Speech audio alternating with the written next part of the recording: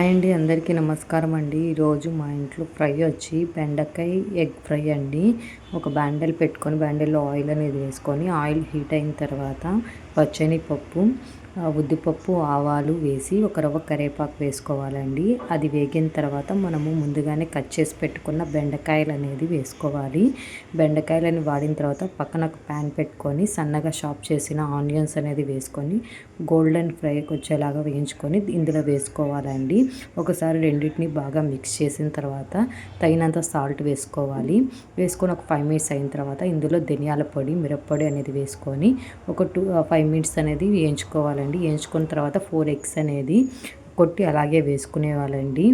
కొట్టి వేసుకున్న తర్వాత ఒక 5 మినిట్స్ లిడ్ పెట్టి 5 మినిట్స్ కుక్ చేయాలండి లో ఫ్లేమ్లో. అది కుక్ అయిన తర్వాత బాగా కలుపుకొని మనము 3 to 4 మినిట్స్ తర్వాత కొత్తిమీర అనేది చల్లుకొని సర్వ్ చేసుకోవడం. టేస్ట్ బాగుంటుంది.